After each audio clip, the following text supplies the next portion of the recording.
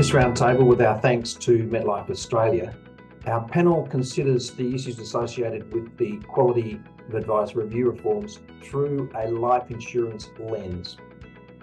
To commence the conversation, the three advisors on our panel, together with FAAA Chief Sarah Abood, reflect on the removal of statements of advice and what this will mean for consumers, for advisors, and for advice businesses.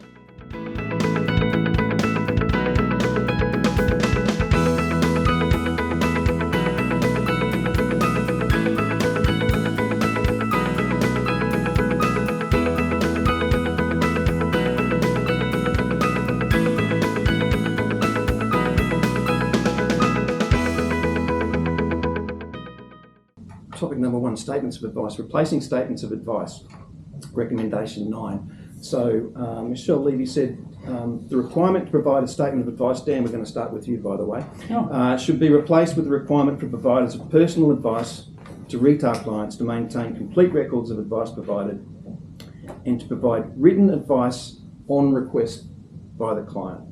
So that was the recommendation. The Minister says statements of advice will be replaced with an advice record that is more fit for purpose, with consultation to determine the final design of the replacement. Sounds a little open to me, but what I thought would be good for the commencement of this conversation is to talk to the three advisors about your take on that particular finding and the approval of that recommendation and what it's going to mean for you, and anything else you want to say about it.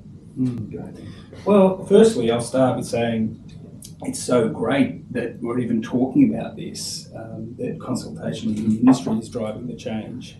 And I think fit for purpose is such an interesting term. Ambiguity is sort of synonymous with a bit of Canberra, isn't it? But I think that's actually a good thing, because it's incumbent on us as an industry, the advisor fraternity, to be able to put a framework around what that looks like. I think our ability to be creative and have two things at the forefront of everything we're going to say here is what's most important.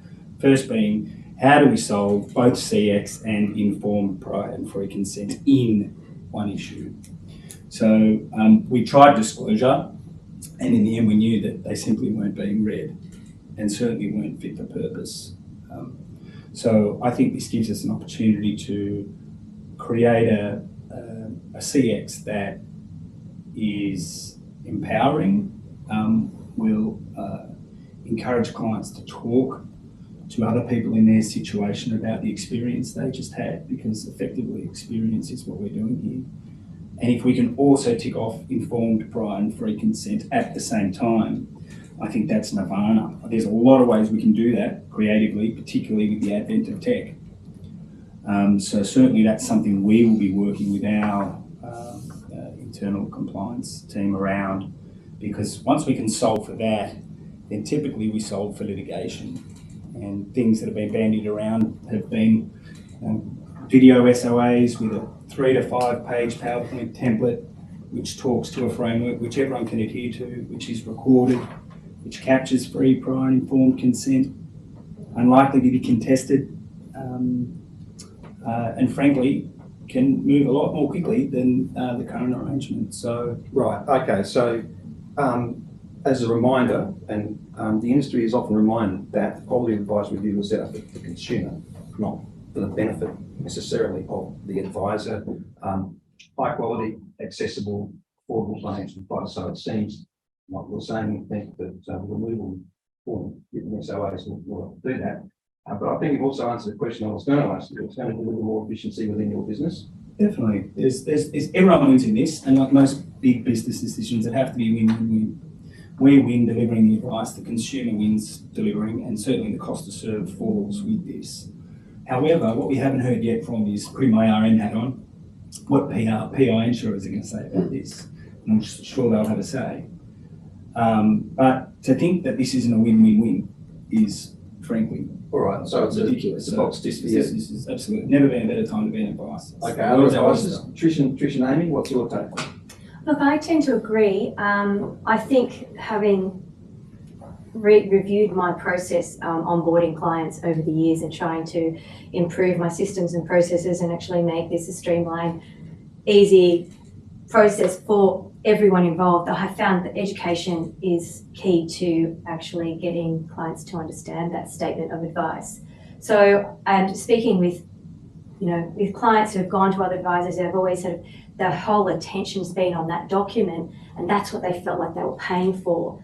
Whereas in my experience now with the process I put my clients through, what they're paying for is the strategy, the understanding, the actually getting to understand what their finances are about, where they're heading, where they're going, and how the mechanics of how their money is working for them. So I sort of focus on a lot of onboarding around educating the clients and getting them involved in that strategy so that they have that engagement. So when we do come back to our review meetings, they're actually, doing the things that they're supposed to do as well as what we're doing on our end. So the document itself has been quite a, pain point for us, because to me, that's not really the advice. The advice is getting them to that point where they're really understanding where they're heading, what they're doing, and why. The financial products, including insurance, they're the tools to help them along their way. But the advice itself is really the strategy, and how their finances, their cash flow, and where they're heading is actually the star. They really are the star too. The document itself hasn't been the star. It's just been a compliance document, a legal document, that we've got to do all this box ticking and a lot of paperwork to get there. But the way I've looked at my process is the paperwork gets done along the way with a lot of meetings. So it's great in that respect that it will probably lessen some of that workload for myself and my team, because I use Paraplan as well. But I'm still a bit unsure about how it's going to reduce the cost of advice.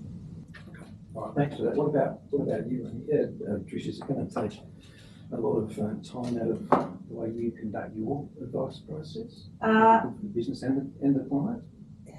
There's a couple of things that I want to touch on here. So I think removing statements of advice, great, fantastic. As you mentioned, people don't necessarily read it. I would argue we have millennials. I think I've worked with retirees and pre-retirees before. They read a lot more of the document than I've ever had retirees and pre-retirees read. They go through in detail, a large majority more. So we have that. They look at it.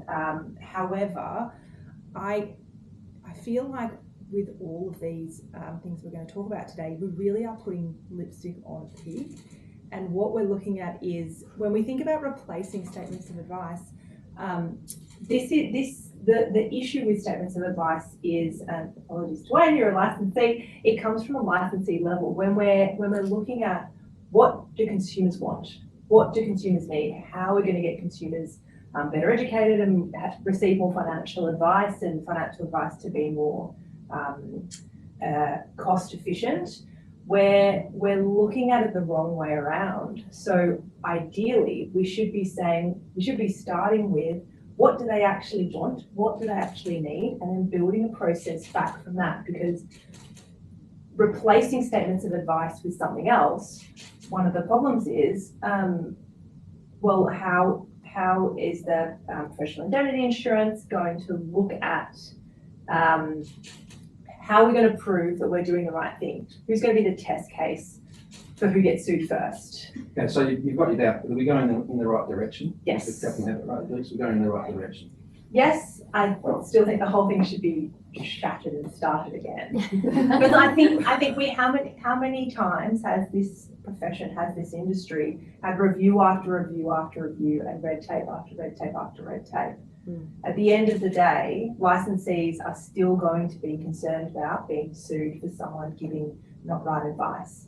So how are we going to get to the point where it's really clear what you will and won't be in trouble for how you write your advice to someone? And we don't have that clarity yet. All right, so that's ongoing. Wayne, we will come to you in a minute. We're going to go to Sarah first, but lipstick on a pig. I'm going to use that. Trish, I thought that's fantastic. This is where you get to the final output before it sees the light. Ticks for that. That's just fantastic. So I love that. Sarah.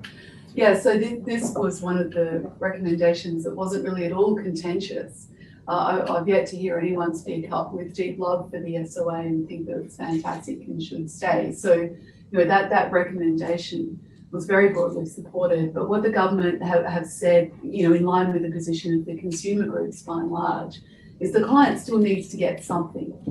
But the analogy is almost, we don't want to give them the terms and conditions for the software license, and that's in large part what the SOA has become, right? It's become a document that serves that disclosure purpose and doesn't serve the consumer purpose. And there's a genuine desire to change that, because this is supposed to inform and educate and empower the consumer to understand what is the advice that I've been given, why, what's it going to cost me, what have I got to do next. The really simple principles that the statement of advice should do. It should be a consumer facing thing. And I'm trying not to use the word document because consultation has just started on this document. A bunch of us had a half day with Treasury last week.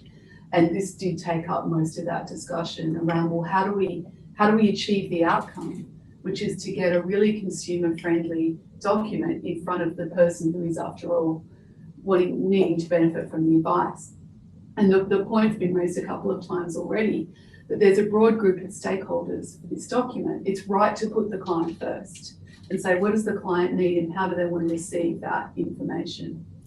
But the point was made that there is risk aversion, and there absolutely is, and there's a really good reason for that. If you're the licensee, it's on you.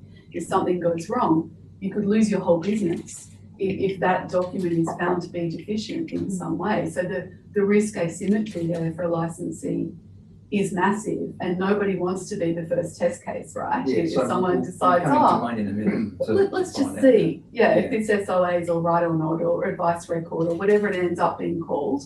We've all pulled out our RG 175s and our Corps Act 7.7, and the suggestion has already been made, looks a bit like the old car. Do you remember the car? People are kind of leafing back through the history of these documents. But I think we have to recognise that there's a number of stakeholders in order to achieve what we want to achieve for the client. We have to consider, what does a licensee need from the document? What does a PI insurer need? What will AFCA look for? What will ASIC regulate on?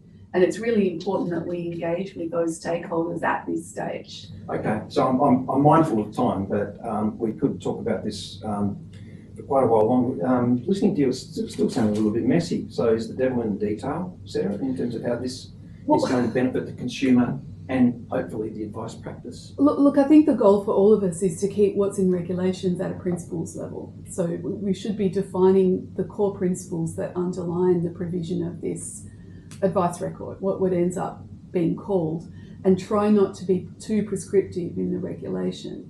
So there are other recommendations that are linked to this one. So rationalisation of best interest duty, removal of safe harbour steps. There's quite a few proposals that you have to consider as part of this one. Sure. But if we keep the focus on the principle and we keep the focus on the consumer as the core beneficiary of what we're trying to do here, and we ensure that we are tech neutral so that we're not getting in the way of progress or innovation, then I think it absolutely is possible to do something relatively quickly and smoothly among the regulations that's not going to stop people innovating.